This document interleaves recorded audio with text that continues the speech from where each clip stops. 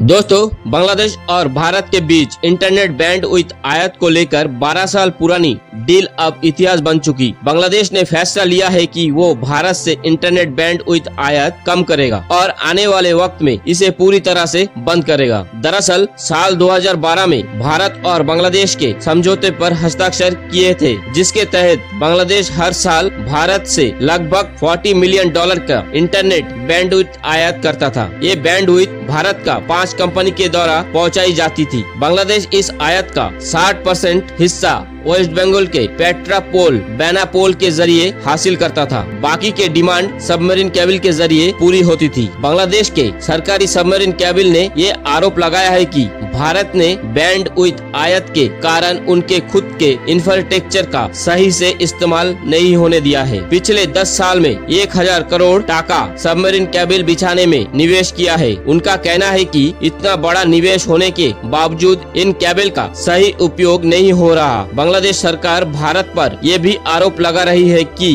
भारत उनका डेटा सुरक्षा के लिए खतरा बन सकता है। बांग्लादेश अब अपनी इंटरनेट के आयात पर कैपिंग लगाने की तैयारी कर रहा। बांग्लादेश का कहना है कि वो केवल 50% इंटरनेट आयात करेगा, वो चाहे भारत हो या सिंगापुर हो। बाकी 50% इंटरनेट का डिमांड बांग्लादेश अपनी लोकल कंपनी के जरिए पूरा करेगा। बांग्लादेश टेलीकॉम रेगुलेटरी कमीशन यानी BTRC ने एक नई रेवेन्यू शेयर मॉडल भी पेश की है ताकि इंटरनेट सस्ता हो सके। इस फैसले के समर्थन और विरोध में कई तर्क सामने आ रहे हैं, जैसे कि बांग्लादेश की सबमरीन केबल कंपनी इस फैसले से खुश है। उनका कहना है कि इससे उनका मुनाफा बढ़ेगा। बांग्लादेश अब पूरी तरह स्वतंत्र बनने की ओर आगे बढ़ रहा, लेकिन इसके विरोध में कई मत है, जैसे कि बांग्लादेश की प्राइवेट कंपनी जैसे Fiber@Home ग्लोबल इस फैसले से खुश नहीं है। उनका कहना है कि भारत से इंटरनेट आयात सस्ता और तेज है। सिंगापुर से आने वाले सबमरीन केबल इंटरनेट में डिले की